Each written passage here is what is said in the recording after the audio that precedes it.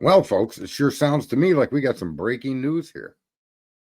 The Fifth Circuit Court of Appeals rules that geoforce warrants are categorically prohibited under the Fourth Amendment. A geoforce warrant is a warrant, folks, so you know what it is. It allows law enforcement to obtain location data from companies about devices that were present within a specific geographical area during a certain period of time. Uh-oh. That sure sounds a bit Kohlberger to me. So they request and they have judge sign off on a warrant that allows them to suck up all the cellular phone data and location data of people near a certain area. And that's a violation of your right to privacy under the Fourth Amendment of the United States. Did geoforce location warrants be used? Were they used in the Kohlberger case? It certainly sounds to me like they've been used.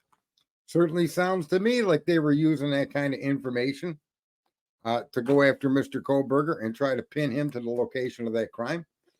And it's going to be interesting that with this new ruling, if I were Ann Taylor, I'd be in court tomorrow morning asking for an immediate fucking dismissal of the charges against my client because my client violated Fourth Amendment right was violated. Now, there's room for error in this, folks.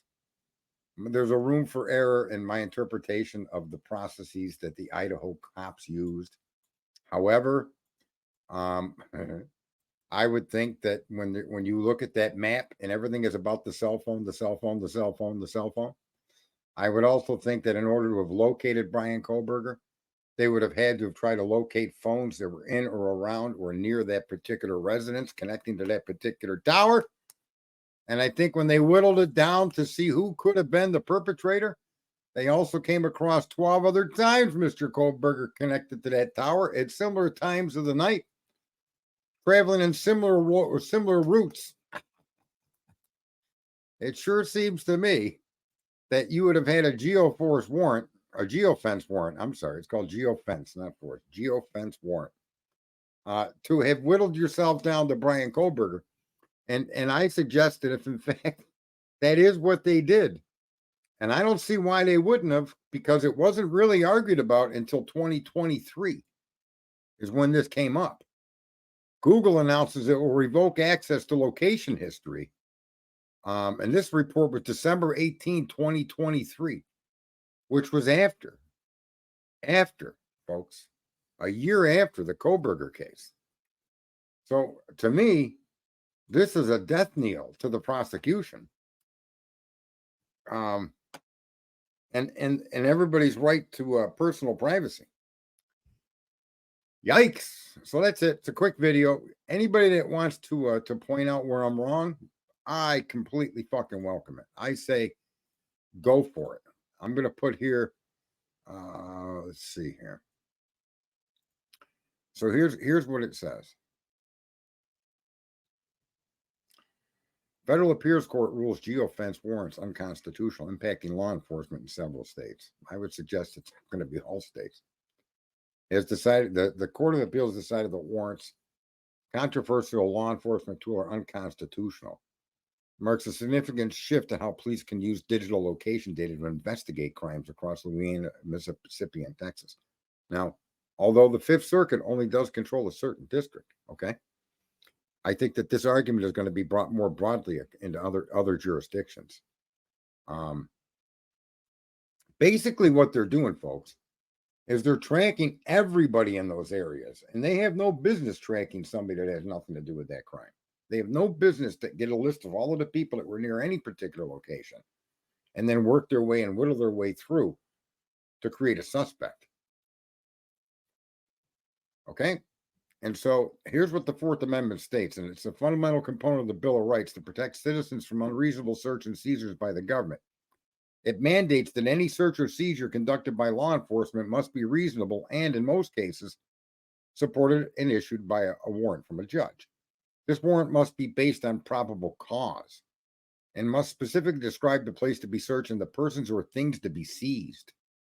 Geofence warrants, often referred to as reverse search warrants, allow law enforcement to draw a geographic boundary, such as around a crime scene, and request data from companies like Google, These companies then provide information on all devices within that area during a specific time frame, which can include data from innocent individuals who happen to be in the area. In the context of geoforce warrants, the Fourth Amendment is particularly relevant because these warrants involve broad, indiscriminate searches of digital data that may include information about individuals who are not suspected of any wrongdoing.